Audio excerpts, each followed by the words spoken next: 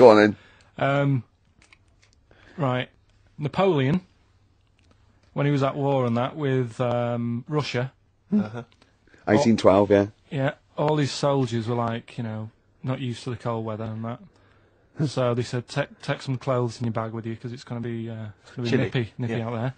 So they put all the clothes in the bag. Sure.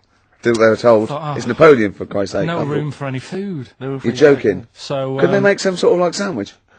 No, it won't fit because of all the clothes. You have to take extra gear. Sure.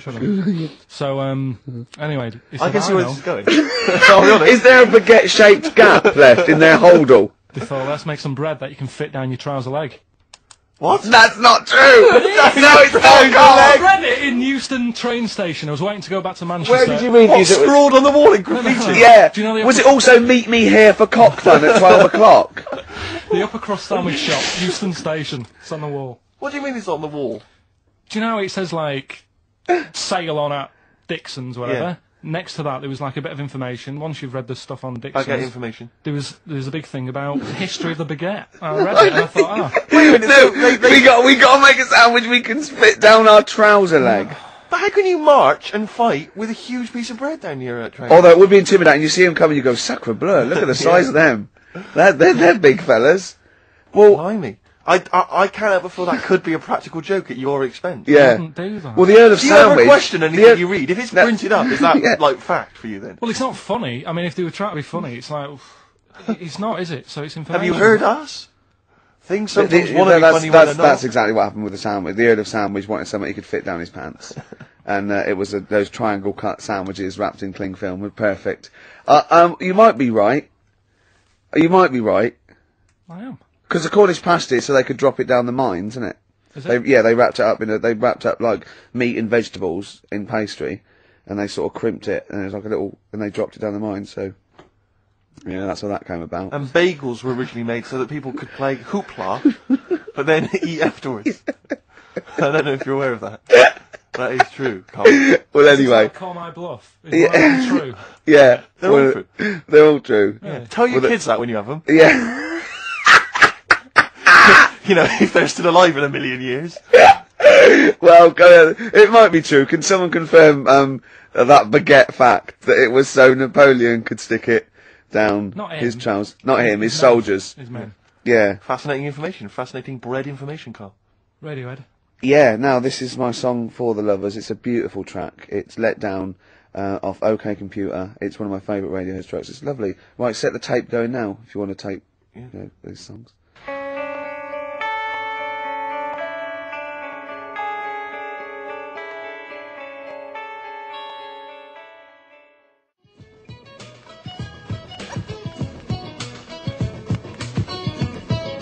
Avalanches, frontier psychiatrists. Absolutely. Well, we've had lots of emails. People, obviously, we inflamed and provoked about the Cornish pasty.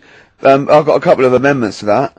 The crusty bit, you know, is actually as a handle, because obviously the miners had dirty hands, and they'd eat all the stuff in the pasty, and they'd be left with this sort of crust, and they could throw that away. Mm-hmm. Also, someone told us that at one end was an apple, so you have a little sweet as well. Little dessert.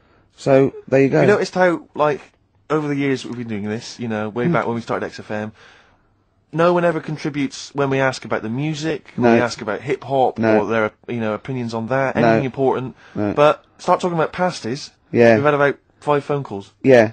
And someone phoned up to confirm, they used to work for Upper Crust, and basically, Carl got all excited. So it is true. She went, well, I don't know if it's true. I've read the same sign you did, Carl.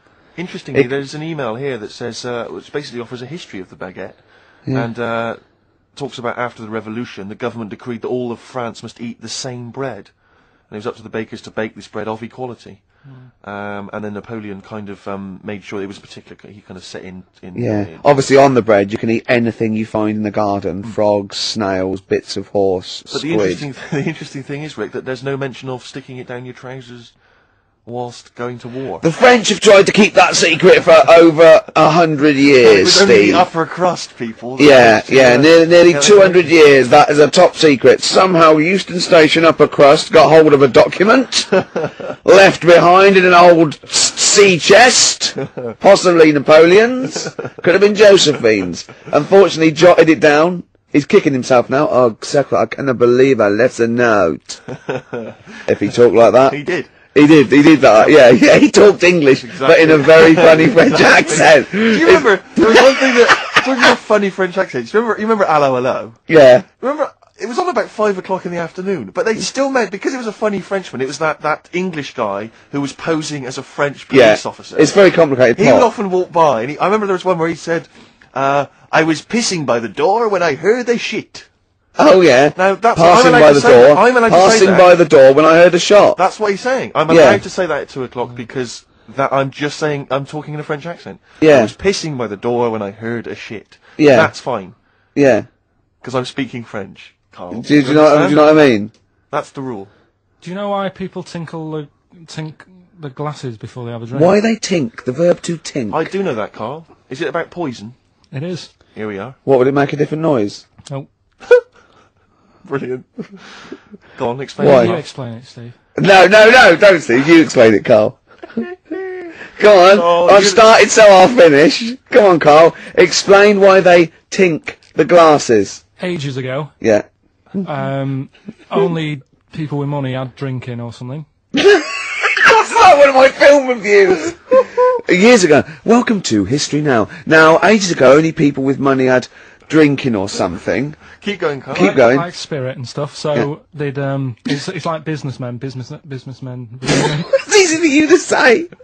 This is getting to be cruel, isn't it? This is amazing. Yeah, go on. Why did you open your mouth, Carl?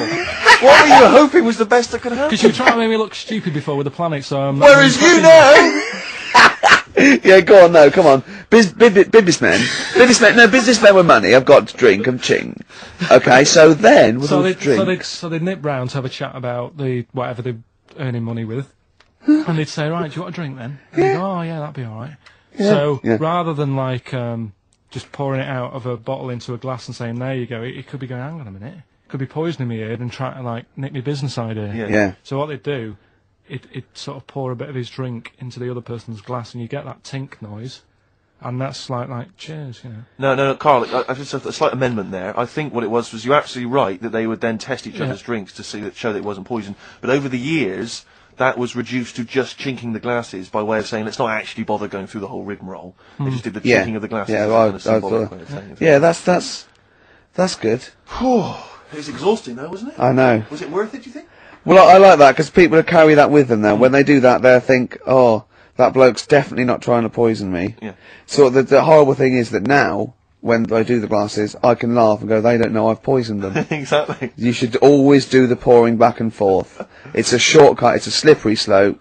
You know, just be careful.